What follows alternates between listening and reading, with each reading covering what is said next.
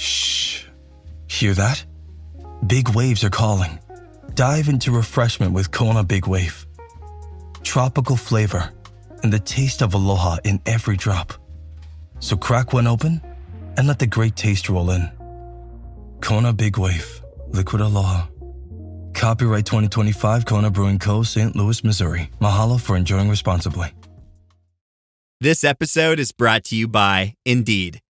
When your computer breaks, you don't wait for it to magically start working again. You fix the problem. So why wait to hire the people your company desperately needs?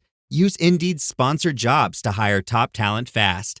And even better, you only pay for results.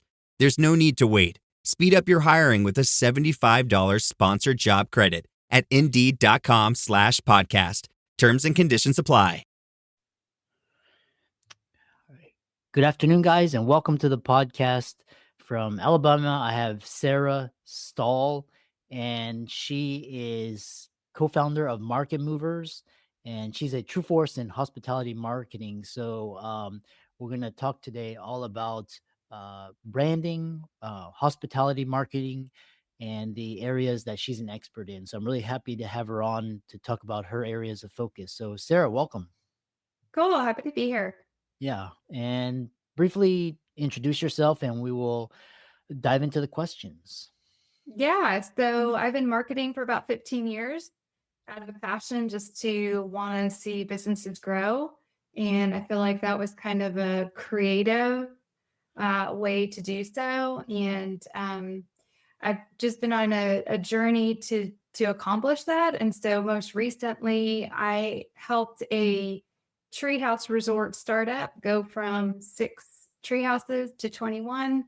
And what that looks like in the short-term rental space, which in the space, if those are familiar with it, it's really difficult to get past 10% of your bookings to be direct. Usually about 90% of the industry is dependent on the Airbnbs of the world. And so we were able to achieve 93% direct bookings using a very consistent strategic influencer marketing strategy.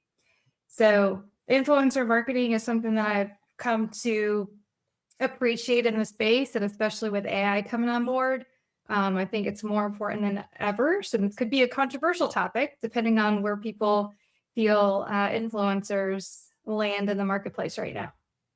Interesting. Yeah, I would love to delve into the AI aspect. That's kind of one a large focus of my conversations are recently. So talk about talking about you talk about how to get found and booked in a world of AI, cracking the code on search and ChatGPT discoverability. So this is really interesting. Yeah.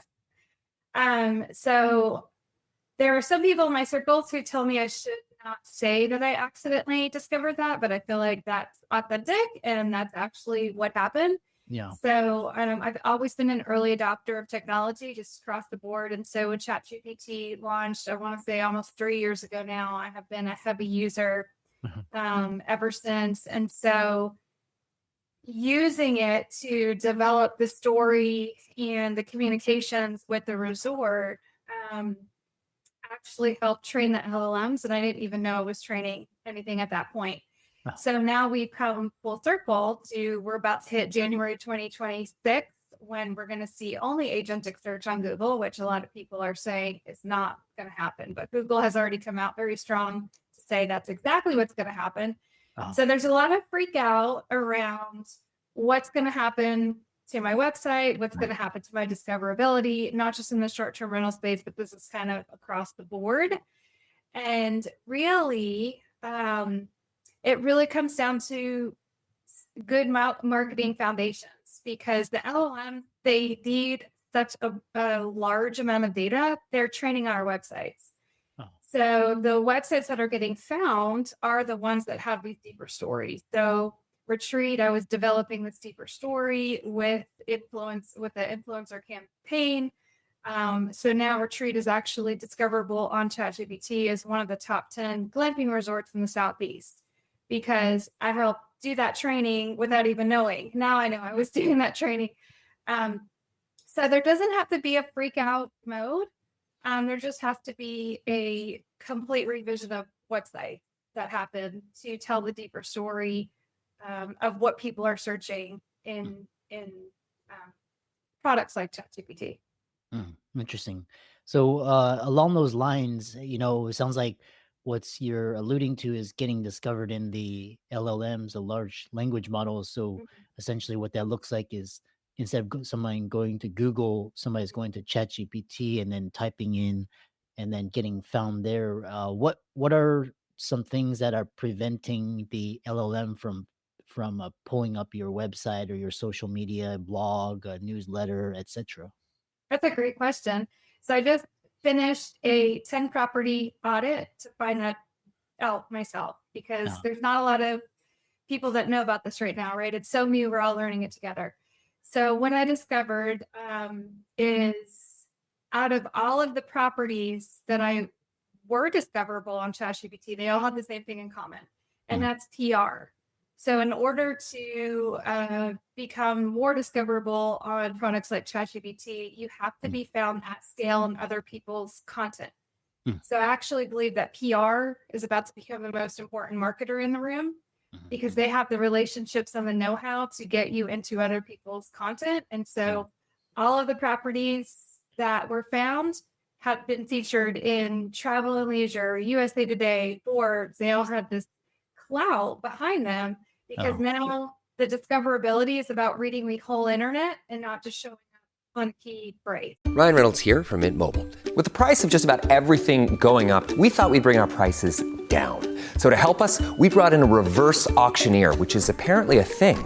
Mint Mobile Unlimited Premium Wireless. How to get 30, 30, bit to get 30, bit to get 20, 20, 20, bit to get 20, 20, bit to get 15, 15, 15, 15, just $15 a month? Sold! Give it a try at mintmobile.com/switch. Upfront payment of $45 for 3-month plan, equivalent to $15 per month required. New customer offer for first 3 months only. Speed slow after 35 gigabytes if network's busy. Taxes and fees extra. See mintmobile.com. Abercrombie's viral denim sale is back, and Spotify listeners get an extra 15% off with code SPOTIFYAF. Abercrombie is known for their denim. With 30 to 50% off all jeans, find out how denim should fit. Shop the viral denim sale in the Abercrombie app, online, or in stores. Valid in stores and online through August 11th, 2025 in U.S. and Canada. Excludes clearance. Price reflects discount. Code valid in U.S. and Canada through August 11th, 2025. Exclusions apply. See details online. Interesting. And then a follow-up question I have for you is, for example, like if you just take like the top website or top blogs on Google, or just kind of the top newsletters, even like people with social media with millions of followers, does that mean that they're going to get found on ChatGPT, or is it still going to use some of those elements that I guess search 1.0 or search in the past has been favoring? That is a really good question, and I don't have all the answers. So from what you're saying and what I do know, if there's a depth of content there that is credible, they're already being found, and there's a way to track that. So I track my ChatGPT discoverability in my Google Analytics. It's totally there, so I can see every month how many people found me through ChatGPT. I'm waiting. I'm going to be the first one who's like excited when ChatGPT launches their own analytics, because right now all we can see is Cal, right? Like 6 people found you on ChatGPT, but we don't know how. We don't know if we're showing up in other people's content and what capacity. We don't know any of that yet. Interesting. We'll talk about kind of later on, what people should be doing to kind of be improving their search discoverability within ChatGPT. The other question that was really interesting, because you alluded to AI and kind of the other, in talking about just marketers and influencers. What does that do with influencer marketing? Because now we have agents and avatars, and so how should influencers be thinking about their influence in this age of AI? So this is really interesting. And this is a different take. Of course, it's all opinion based, right? But from what I'm seeing is some of the promises of AI are starting to break down. So where I know most is in the hospitality industry. So we'll kind of look at that, right? So there's all these like tools that people are jumping on board to use. There's promise of even replacement of staff members to do the same thing. And now it's like we've been over promised. It's been over marketed, and now that people are starting to utilize it, they're having a lot of mistakes, right? There's a lot of hallucinations, that kind of thing. So will we one day be there? I would say, yeah, right? Like we're going to work through all this technology eventually. But for right now, where we're sitting as a culture, society, people, however you want to look at that, there is a major trust factor everywhere. I mean, I'm not even talking the marketplace. Let's just talk about like from political to the marketplace, it all kind of trickles down, and we have major trust factors. So there's all kinds of isolated pockets of influence, and creators are building genuine relationships with pockets of people that value, care about what they value would care about. And so those people I do not see going away. I see that influence continue to be more important in the business landscape because nobody trusts a brand anymore, right? So when a brand puts out a commercial or something, especially if you were to watch like the Super Bowl commercials, when we see these big brand commercials, we know that they've spent millions of dollars to have that spot and to put themselves in the best possible light, right? And so there's this lack of trust. It's like, oh, cool, we're watching a Super Bowl commercial, but we also know there's problems with that company, right? So an influencer cuts through all that.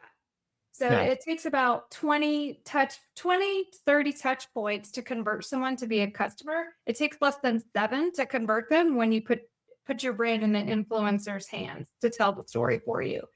So we saw that as a startup resort. We built we were a new resort with massive competition and no market share. And we knew our competitor could outspend us on that Google Ads. So we didn't even want to play in that space. We went all in with influencers, and influencers told the story and built trust for us because we were a nobody. And back to that trust, people know that we're going to put our best foot forward, and that's not the whole story. They want the whole story. Interesting. So the next question I have for you is, given this era, what should people be doing to kind of position themselves to, starting to get found in search and large language models? So one of the things is a complete audit on your website. Back to the hospitality space, a lot of issues there are hotels look like apps, like they're easy booking apps, right? I'm sure you booked a hotel and your listeners have booked a hotel and it's like room, picture, price, but right, it's like that is it. And there's no differentiation between, I mean, there's millions of hotels, right? And so that's the biggest issue is if you are a quick sale kind of a website or product or service, and you don't have a depth of story, you're going to be hurting. But I actually look at this as an opportunity to level the playing field because those who can go deeper with their content and tell a story specifically to their customer, and we have no lack of access of, figuring out who our customers are with synthetic data. Like we can test all these things now with AI so that we know exactly who we're talking to and how to write stories. So website development, there's a lot of argument about whether they're losing their importance or not. I am not in the camp that they're losing their importance because the large language models have to train on data, and data comes from the internet. Yeah, interesting. Yeah, the way I view it is websites are kind of like basically it's like having a PO box. And even though you don't get mail, you may need it in case, somebody sends you, a lot of people use social media now. what came to my mind when you were talking about real estate and like you were talking about like short-term rentals, vacation rentals. Like, why would somebody go to ChatGPT or even I don't even go to like I automatically I go to Airbnb or I'll go to Hyatt or Hilton or just or I'll go to like Google Maps and search for hotels. So what is the Mhm. relevance in terms of just because people already know Airbnb and all of these other booking sites. Mhm. Two things. One, there's data that's starting to come out that's I feel like not strong enough for me to cite quite yet because we are so early. But there is data starting to come out that's showing that people are switching how they're booking, especially with more agents coming on board. Uh-huh. I know Booking.com now has an agent where they will book on your behalf, and so people are planning their whole itineraries within ChatGPT. And then whatever's being recommended to them, right? So they're getting really specific. Like maybe there's a boutique hotel in France that you're, a chain hotel in France that you're used to going to, but you're like, you know what? I want to find the cool people who know where all the behind the scenes stuff's going on in the area. And like people are getting surgical with how they're talking to ChatGPT about their travel plans, and they're discovering all kinds of things that Airbnb it's hard to find on Airbnb search. I'll say that. Yeah. Interesting. Mhm. Plus Airbnb fees keep going up, so they're in a lot of trouble right now, both with owners and with travelers. Yeah, that's the thing is like I was talking with my colleague the other day, like Uber and Airbnb, like they started out like dirt cheap, and then once they took out all the dominant market players, they just jacked their fees up. Yep. They just came out with a major summer update that like has upset the market. So I'm kind of just waiting and watching. Like I comment a lot of my own personal content on LinkedIn, but I'm kind of waiting and watching to like, this is going to break. Like, I mean, the margins are getting less and less with owners and the millions of dollars that they invest in these properties. It's like they don't want to be given their margins over anymore. Yeah. Interesting. So next question I have for you is, which when you talk about these large language models, are you like obviously it sounds like ChatGPT is gaining a lot of market share. What about things like Claude and like Grok and these other Llama? What are your thoughts? Yeah. I think they all have their place, and everyone uses them differently. Like a lot of, I'm in a marketing group, and we're always testing all of these things and bringing our findings back to each other and learning with each other. And I've got people that I know that use all of them all of the time. Oh, wow. And I personally, I just want to get really good at one. I feel like the older I get, the more I want to be expert in like a specific area.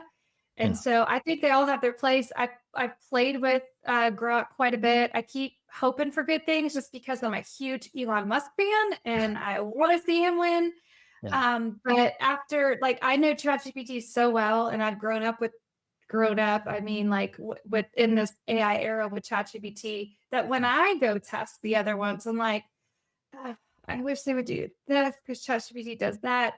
And so even when I play it, especially Grok, I'm really disappointed. Interesting.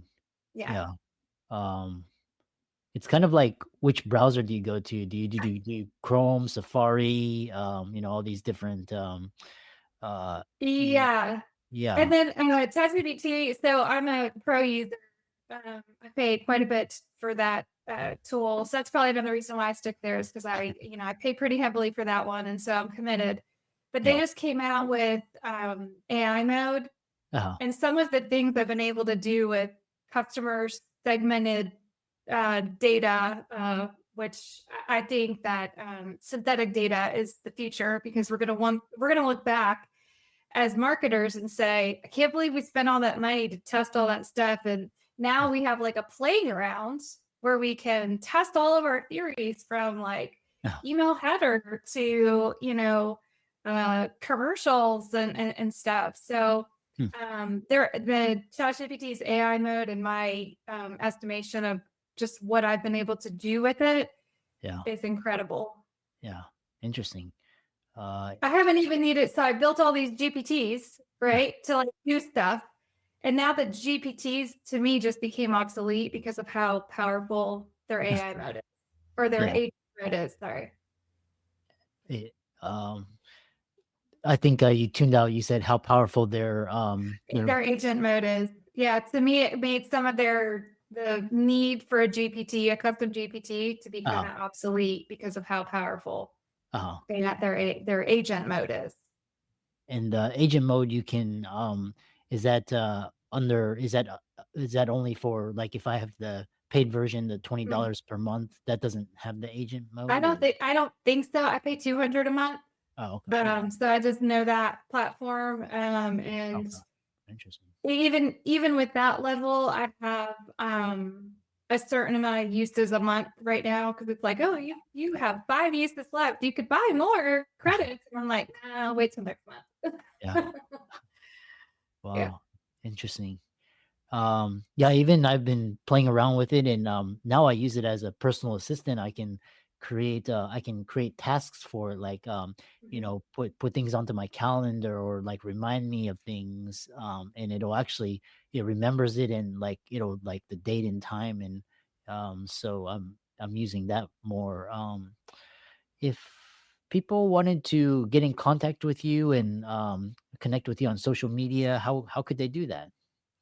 Yeah, you could find me at sarahstahl.com, and that is connected to all of my platforms, but I'm most active on LinkedIn. Yeah, excellent. And really, especially the idea that now it can interact with booking sites and kind of recommend places, and based on you is that's very powerful. So I really great work, and it's an interesting time for sure. Yeah. Yeah. Yeah. Excellent. Well, thanks so much for coming on to the podcast. I really enjoyed talking with you. Yeah, same here.